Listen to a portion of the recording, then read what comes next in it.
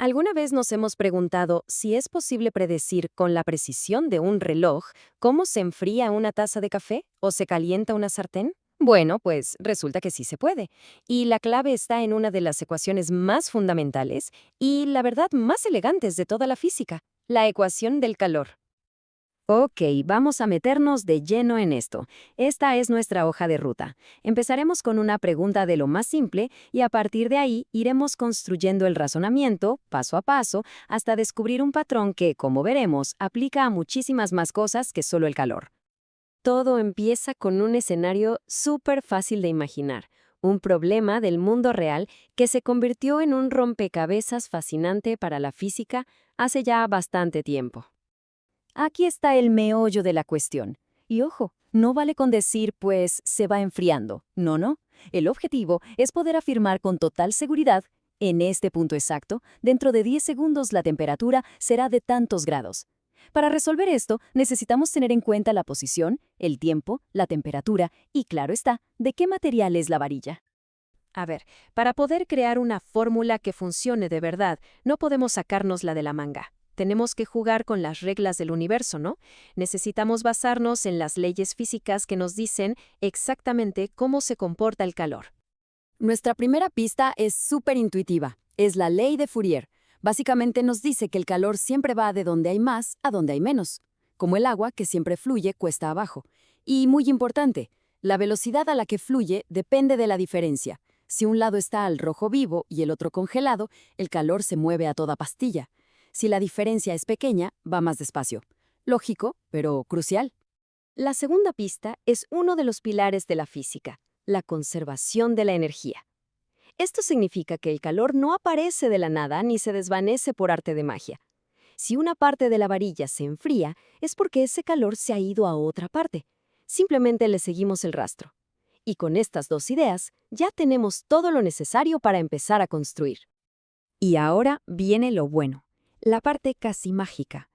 Vamos a ver cómo estas dos ideas tan sencillas se combinan para dar lugar a una fórmula matemática potentísima. El truco aquí es pensar en pequeño, muy, muy pequeño. Imaginen que cortamos una rodajita minúscula de la varilla. Ahora nos fijamos solo en ella. Por un lado le entra calor, el que viene de la parte más caliente. Y por el otro lado se le escapa, hacia la parte más fría. La cuenta es simple.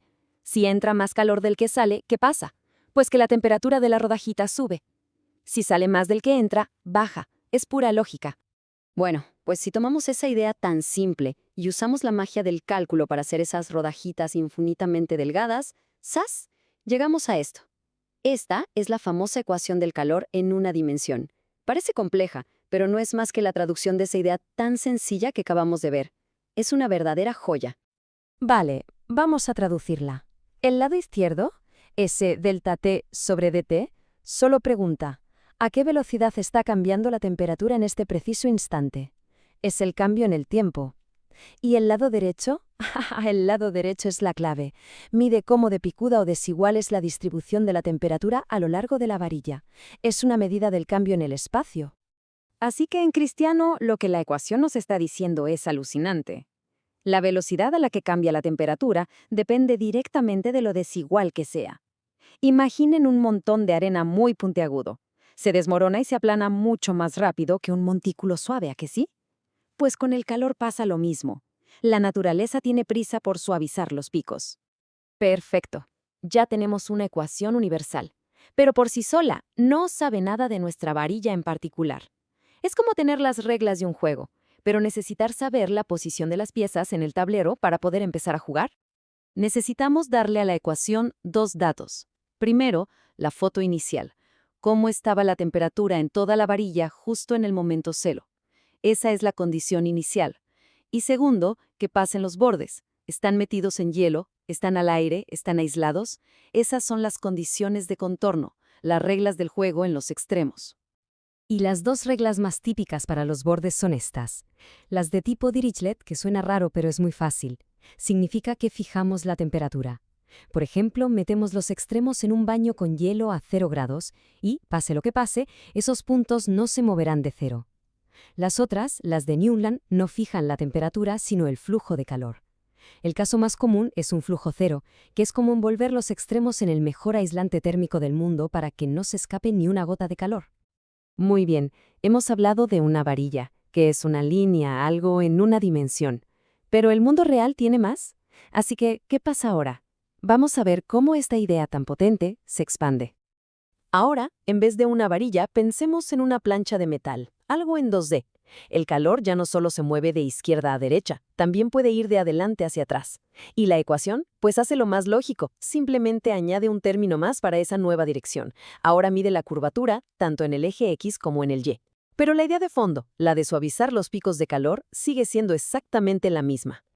Claro, escribir todos esos términos para 2D o peor para 3D es un poco engorroso.